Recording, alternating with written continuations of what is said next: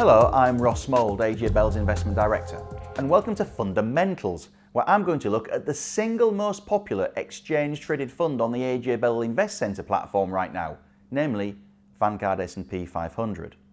This tracker product is an ETF, or exchange-traded fund. It's designed to track, mirror, the performance of the underlying assets and deliver that performance minus any running costs associated with the product. This means this particular tracker is following America's well-known S&P 500 index.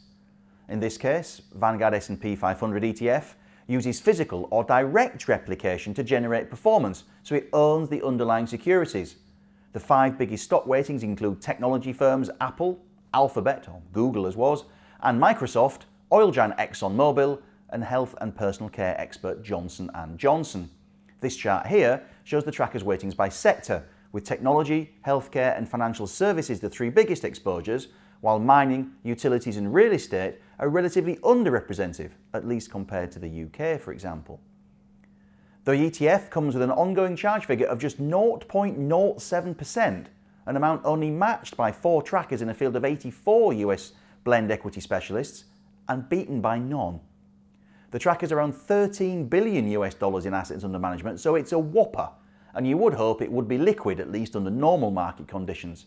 It's just over 4 years old and comes with a 5-star ranking from Morningstar for those who place importance in such things. Note that Vanguard S&P 500 comes with dollar or sterling priced options. The chart shows the performance of the sterling version since its launch. Now, those are the mechanics. The question now is, why would advisors and clients be potentially buying today? And I think there are 4 possible reasons. First, it's a play on an overseas market, and as such, potentially a bit of a bolt hole from the confusion caused by the UK's vote to leave the EU. The US economy may not be in pristine condition, but it could be seen in some way as the least dirty shirt in the laundry right now.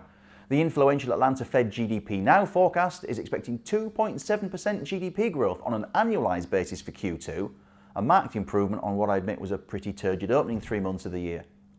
Second, advisors and clients buying now get the dollar on their side, and the pound's precipitous plunge since June 24 increase the value of holdings that are priced in the US currency once they come back into pounds. Third, the S&P 500 index offers exposure to sectors where the UK is less well represented, particularly technology, an area that may appeal to some given its potential for secular organic growth, almost whatever the economic weather. And finally, the US Federal Reserve has seemingly backed off from its plan to increase interest rates by 1/4 point on 4 occasions this year. It may now move only once, if at all, and there are even the odd muttering about a rate cut in response to international events. The prospect for lower rates for longer could provide support for US stocks, given the lowly yields offered by cash and indeed US Treasuries. This isn't to say there are no risks here. No one knows how the US presidential election will play out in November, as Donald Trump takes on Hillary Clinton. In addition, it's easy to argue US stocks are actually quite expensive relative to their history, using metrics which do not rely on habitually optimistic near-term earnings forecasts from analysts. The first is market cap to GDP.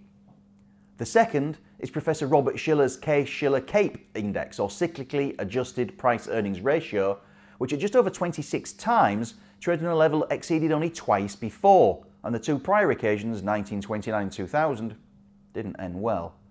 Both suggest some caution may be needed, no matter how desirable some advisors and clients feel a haven away from the UK may be. So it may just be worth checking that the US equity market does fit with the client's overall strategy, target returns, time horizon, and tolerance for risk. Thank you for watching, and I look forward to seeing you next time.